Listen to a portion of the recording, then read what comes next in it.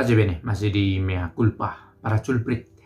Dalam ibadat harian memperingati seorang martir dan perawan Santa Agatha, ada bacaan singkat yang menurut saya baik untuk dibagikan.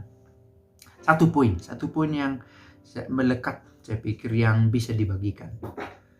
Kita bisa menghibur orang lain dengan berbekalkan pengalaman kita dihibur oleh Allah.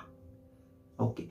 Kalau ada orang yang merasa sedih, kesulitan dalam hidupnya untuk memperjuangkan satu nilai, katakanlah dia ingin tetap setia pada pekerjaan, pada nilai yang dia tawarkan, pada agamanya, pada keyakinannya, dan dia menghadapi tantangan bahkan penderitaan karena itu, kita bisa memberi penghiburan, kita bisa memberi penguatan bila kita sendiri pernah mengalami penghiburan yang kita rasakan sendiri, begitulah penghiburan dari Allah, dan kita bisa membagikan pengalaman itu kepada orang yang memerlukan.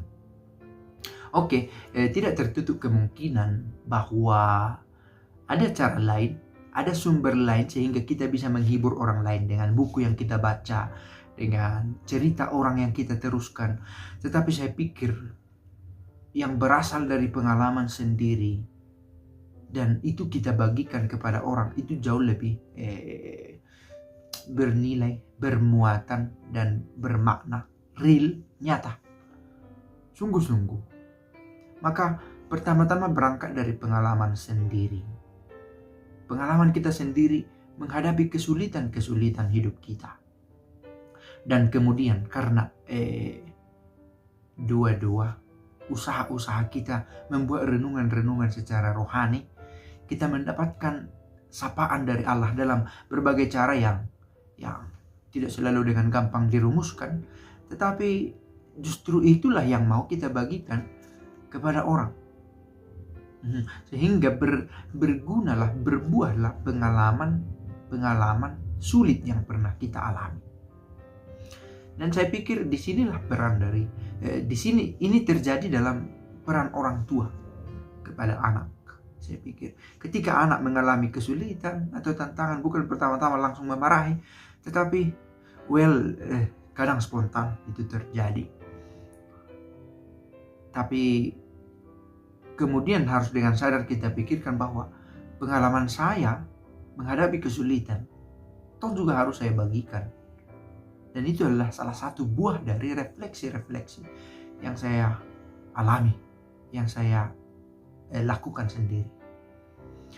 Oke, Santa Agatha, seorang perawan dan martir yang berkesaksian dengan hidupnya, sekalipun dia dalam segala kelemahan, kerentanannya sebagai seorang dara, sebagai seorang perempuan, dia tetap sanggup bersaksi karena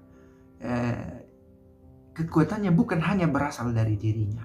Maka kita pun bersaksi, membawa misi mewartakan Kristus bukan terutama karena kecakapan pribadi kita, seperti tadi menyemangati orang lain bukan karena hidup kita sudah sungguh-sungguh berhasil, tetapi karena kita sudah tahu betapa Allah itu begitu baik kepada orang, terutama mereka yang sangat membutuhkan.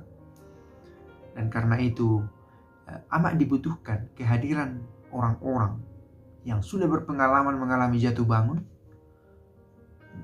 Dibutuhkan kehadiran orang semacam ini bagi mereka yang sedang menderita, sedang nelangsa hatinya, sedang stres, galau, yang tidak semua orang bisa memanage, membuat manajemen emosi yang baik. Tidak semua.